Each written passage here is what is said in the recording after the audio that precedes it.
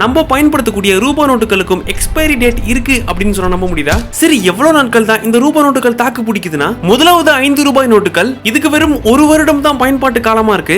இரண்டாவதா 10 அல்லது 20 ரூபாய் நோட்டுகள் இது 2 வருடங்கள் தாக்கு பிடிக்கும். மூன்றாவதா 50 மற்றும் 100 ரூபாய் நோட்டுகள் இது 3 லிருந்து 4 வருடங்கள் வரைக்கும் தாக்கு பிடிக்கும். இறுதியா 500 மற்றும் 2000 ரூபாய் நோட்டுகள் இது 5 லிருந்து 7 வருடங்கள் வரைக்கும் தாக்கு பிடிக்கும். மதிப்பு கம்மியா இருக்கக்கூடிய நோட்டுகளுக்கு ஏன் பயன்பாட்டு காலமும் கம்மியா இருக்குன்னா, அதுக்கு சில முக்கியமான காரணங்கள் இருக்கு. உதாரணமா, இந்த சில்லறை நோட்டுகள் பணம் படைத்தவர்கள் இருந்து ஆரம்பிச்சு ஏழை எளிய மக்கள் வரைக்கும் கண்டிப்பா புழக்கத்தில் இருக்கும். இதனால அதிக தேய்மானமும் நெளிவுகளுக்கும் இந்த நோட்டுகள் உள்ளாகும். இப்படி படிப்படியா அந்த ரூபாய் நோட்டோட தன்மை மாறி ஒரு நாள் செல்லுபடி ஆகாம போயிடும். ஆனா மதிப்பு அதிகமா இருக்கக்கூடிய ரூபாய் நோட்டுகளை எங்க அது செல்லுபடி ஆகாம போயிட போகுது அப்படிங்கிற பயத்திலேயே அதை கண்டபடி மடக்கி எந்த இம்சையும் கொடுக்காம அழகா நம்ம பர்சுக்குள்ள வச்சிருப்போம். இன்னும் சொல்ல போனா திருட்டு பயம் காரணமா யார் கைகளுக்கும் அவ்வளவு சீக்கிரம் எட்ட முடியாத ஒரு பத்திரமான இடத்துல தான் வச்சிருப்போம். இப்படி ஒவ்வொருத்தரும் அந்த நோட்டுகளை பாதுகாக்கிறதோட விளைவா அதோட பயன்பாட்டு காலமும் அதிகமா இருக்கு. நன்றி.